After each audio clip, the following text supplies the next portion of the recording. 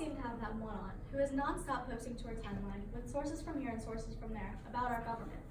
We may not think anything of this in the moment, but do we actually? With a show of hands, I'd like to see how many of you have any form of social media. As expected. Now keep your hand raised if you follow someone in the federal government, like the president or a congressman, or even if you follow someone who is always reposting their posts. Have you ever wondered what's behind why they're tweeting, Instagramming, and Facebooking? This is something that has interested me for a long time, and it is the reason why I'm planning on going into digital strategy within the federal government once I start my career. So is this hurtful to voter individuality, or is this allowing for us to get up-close information for free?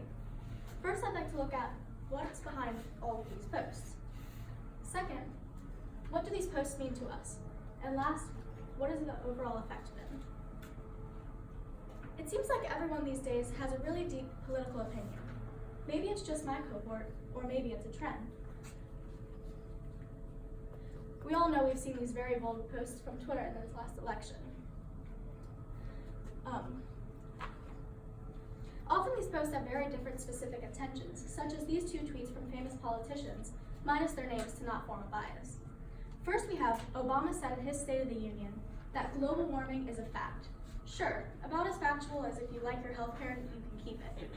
And secondly, climate change is a planetary crisis. Our task is clear. We must take on the fossil fuel industries that's largely responsible for global emissions and accelerate our transition towards energy efficiency and sustainable energy sources. Both of these tweets have very different specific ways of gaining our attention in hopes that we join their side.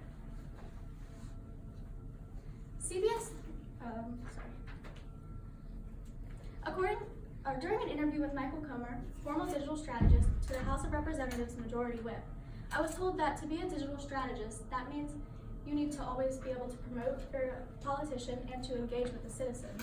So likely, when these tweets were made, they had either the intention of inciting you into action or relating to you. This first tweet is obviously meant to relate to you given the sarcasm, while the other tweet is meant to incite you into action by following their lead, given their choice of language such as we and our. Then I wanted to know why this happens so frequently, and where better to look than to psychology. As humans, we have a notion that programs us to collect data that is in our favor to enforce our own opinions. This is called confirmation bias. CBS News and Mediocrity state that the irony that is, instead of expanding our worldview, social media can become accomplices in shrinking it, touches on just how easy it is to become closed-minded in the one place where unimaginable and varying knowledge is, also known as the internet. When we only ever surround ourselves with our own opinions, we are never in a situation to question it. This can lead to a mob mentality called incestuous amplification, or severe cases of us against them, since we tend to over-appreciate our own opinions and stick close to our similars. What happens when we see severe cases of incestuous amplification are violent riots, such as the ones that happened in Charlottesville in August of 2017. But more frequently, nature programs us to assume that our side is always right and that the other side is always wrong, which can lead to more and more confirmation bias and a vicious cycle. So what has the overall effect been? According to the US Census Bureau, we're seeing a rise in young voters since 2012.